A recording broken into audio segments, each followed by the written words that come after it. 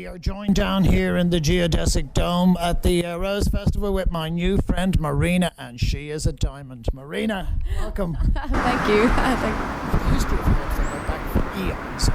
The powers of herbs have been known for a very long time. Yeah, they have, and we in Ireland we have a very strong, deep tradition. It would have come from our Celtic tradition of herbs, and it's continued today. Western herbal medicine now has changed quite a bit, and we use a lot of introduced plants, and Western herbalists use plants from all over Europe, basically, and then a lot of them would have broadened their horizons into Ayurvedic herbs and traditional Chinese herbs. But here in Ireland, there is a very strong history of herbal medicine, mostly surrounding trees as well, because they were all very magical and they had their own energies, and people were more connected then with the energies of trees and plants. And even in the spiral here you'll see many of our druidic plants. One of them is yarrow, which is our ancient druidic plant. So in many respects, I mean, science has come to the aid of herbs, because probably not that long ago, people like Marina would have been either burnt at the stake or thrown into a river to see if you floated. I mean, people feared change in many respects. They did, yeah. And as herbalists now, modern herbalists now, yes, science has done a lot for us because of all the trials that they do in the clinical trials, and that backs up what we do.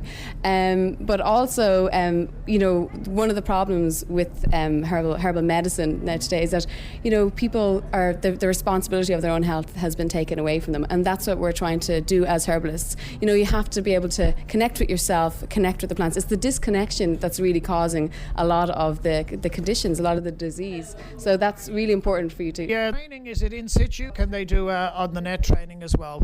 Yeah, no, they've been great. People are so interested. People want to grow plants. They want to learn how to use them. Dominic's giving one today on herbal first aid. People, they want to be able to just use what they have in the garden. They want to put a bit of lavender oil on a burn instead of taking antihistamines forever to take a elderflower tea for their hay fever. So really simple things like that, and it's great knowledge to be sharing. Yeah, just looking around, you seem to be clearly saying that there might be herbs and there might be weeds, but don't segregate them, because there could be benefits in what we call weeds as well. Definitely, there's so many benefits to them. You have to be careful and know exactly what you're picking and what you're doing. So have a good guidebook. If you are going out collecting weeds, make sure you know what you're picking, because plants can look alike, but we have an abundance of things growing right at our doorstep, and you actually find that what is outside somebody's unkept back garden is usually exactly what they need, which is amazing. You find it time and time again. And can some of these herbs grow indoors as well? Yeah, they can grow indoors. You can grow them in pots, even if you live in a small space, you can, it's very possible. And I've noticed just now, scanning the eye around you, there's talk of St. John's wort now. Wasn't that controversial a couple of years ago, where it wasn't what we would call conventional medicine, somewhat against complementary medicine in some regards?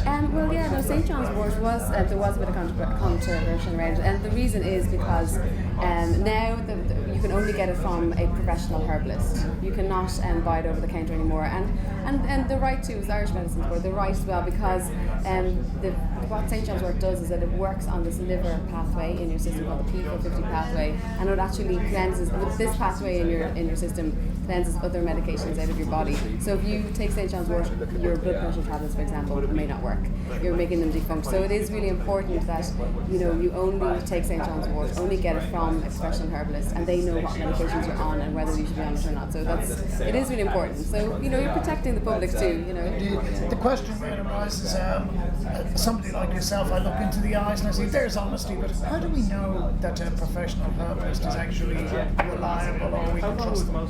Oh well, you have to be accredited with the Irish Register of Herbalists to be professional herbalists, and that's really important thing, that they have that accreditation, and they have insurance and all those things, and you can only get that accreditation if you are properly qualified. So that is very important.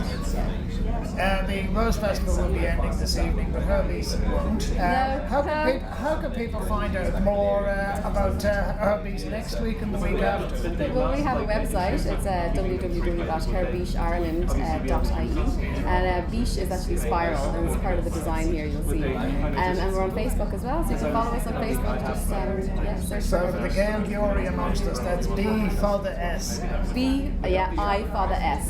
B I for the S. Sorry, not B. Yeah, Yeah, I call it S, yeah, so herbiche. Yeah. So what does the beige actually mean? So beige is a spiral, and it's part of the design here. As you can see, we're in the geodesic dome here, and we have two spiraling arms coming out of the geodesic dome that house all the plants. That's where the plants are held on. And you have to spiral inwards to get into the dome. You spiral out a different direction, and it's just making people engage with the plants. It gives them time to stop and engage with the plants, and then come into this beautiful circular space. You know. Well, it's on our personal little new branch here for at least another 12 hours. So, Enjoy it. Marina, thanks for your time today. Yeah, you're very welcome. Thank you.